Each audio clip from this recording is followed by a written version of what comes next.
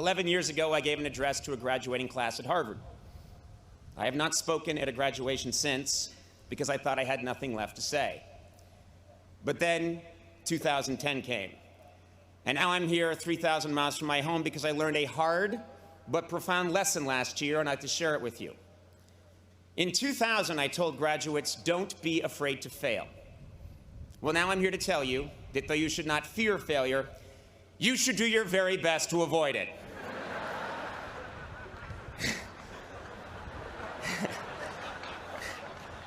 Nietzsche famously said, whatever doesn't kill you makes you stronger. What he failed to stress is that it almost kills you. Disappointment stings, and for driven, successful people like yourselves, it is disorienting. What Nietzsche should have said is, whatever doesn't kill you makes you watch a lot of Cartoon Network and drink mid-price Chardonnay at 11 in the morning. Now, by definition, commencement speakers at an Ivy League college are considered successful. But a little over a year ago, I experienced a profound and very public disappointment. I did not get what I wanted, and I left a system that had nurtured and helped define me for the better part of 17 years. I went from being in the center of the grid to not only off the grid, but underneath the coffee table that the grid sits on, lost in the shag carpeting that is underneath the coffee table supporting the grid. It was the making of a career disaster and a terrible analogy. But then something spectacular happened. Fog-bound, with no compass and adrift, I started trying things. I grew a strange cinnamon beard. I dove into the world of social media. I started tweeting my comedy. I threw together a national tour. I played the guitar. I did stand-up, wore a skin-tight blue leather suit, recorded an album, made a documentary, and frightened my friends and family. Ultimately, I abandoned all preconceived perceptions of my career path and stature and took a job on basic cable, with a network most famous for showing reruns, along with sitcoms created by a tall black man who dresses like an old black woman. I did a lot of silly, unconventional, spontaneous, and seemingly irrational things. And guess what? With the exception of the blue leather suit, it was the most satisfying and fascinating year of my professional life.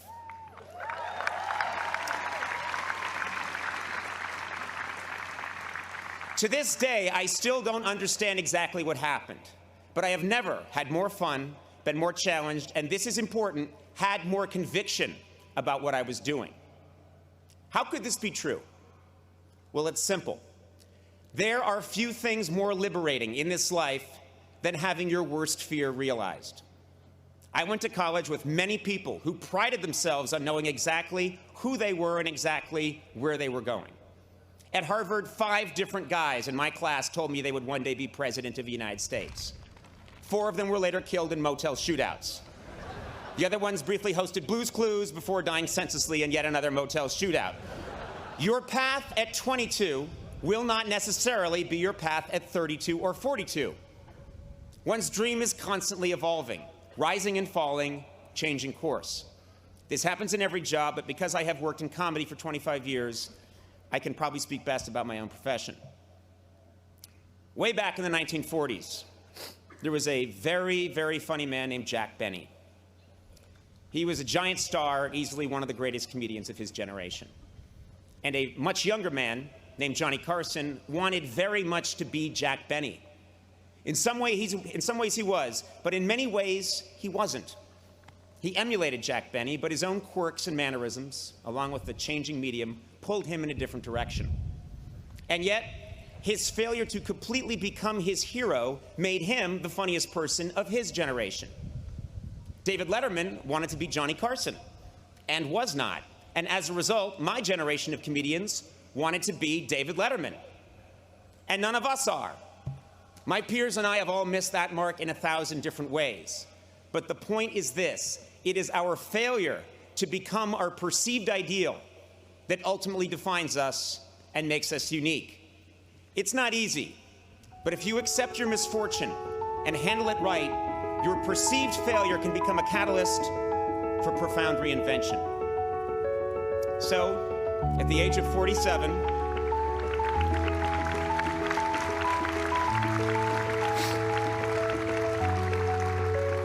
So at the age of 47, after 25 years of obsessively pursuing my dream, that dream changed.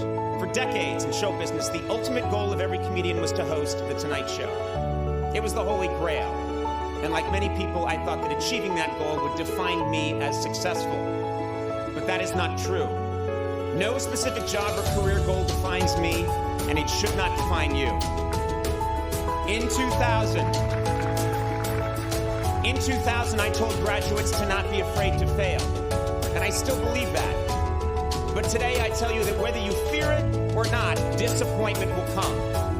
The beauty is that through disappointment you can gain clarity, and with clarity comes conviction and true originality. Many of you here today are getting your diploma at this Ivy League school because you have committed yourself to a dream and worked hard to achieve it. And there is no greater cliche in a commencement address than follow your dream.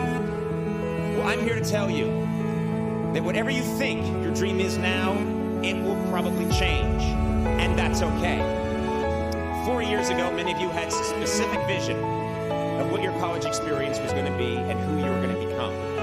And I bet today most of you would admit that your time here was very different from what you imagined.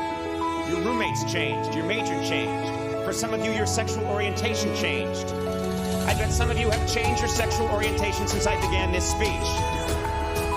I know I have. But through the good, and especially the bad, the person you are now is someone you could never have conjured in the fall of 2007. I've told you many things today, most of it foolish, but some of it true. I'd like to end my address by breaking a taboo and quoting myself from 17 months ago.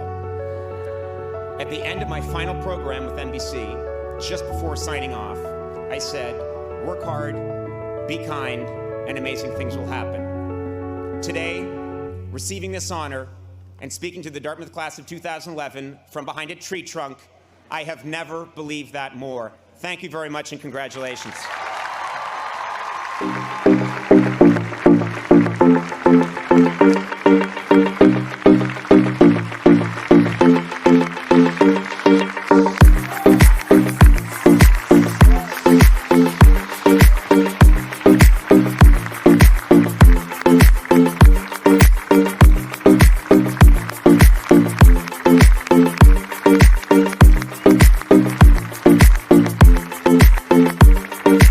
해당 영상은 코난오브라이언의 다트머스 축사에서 일부 발췌한 것이며 매끄럽게 번역하다 보니 약간의 의역이 포함되어 있습니다. 코난오브라이언은 현재 한국에서도 모르는 사람이 없을 정도로 유명한 코미디언입니다. 그가 투나잇쇼에서 하차한 이후 2010년부터 2021년도까지 코난오브라이언 쇼의 호스트를 맡으며 또 한 번의 전성기를 맞이했죠. 그런 그가 말합니다. 직업이나 경력은 당신을 정의할 수 없다고. 예전에 수능 강사 중 한 분이 그런 이야기를 했습니다. 내 꿈이 의사가 되는 거야? 의대에 가는 거야? 그건 꿈이 아니야. 그건 직업일 뿐이야. 꿈은 동사나 형용사로 나타내야 해. 의사가 꿈이 아니라. 사람을 살리는 의사 또는 목숨을 구하는 의사처럼. 저는 제가 아는 지인들에게 늘 하던 말이 있습니다. 직업을 선택할 때는 크게 세 가지로 나누어서 생각해봐야 한다. 첫 번째로는 내가 잘하는 일. 남들보다 크게 노력하지 않아도 남들보다 재능을 갖고 있는 일. 두 번째로는 내가 하고 싶은 일. 남들보다 잘하진 못해도 내가 꼭 하고 싶은 일.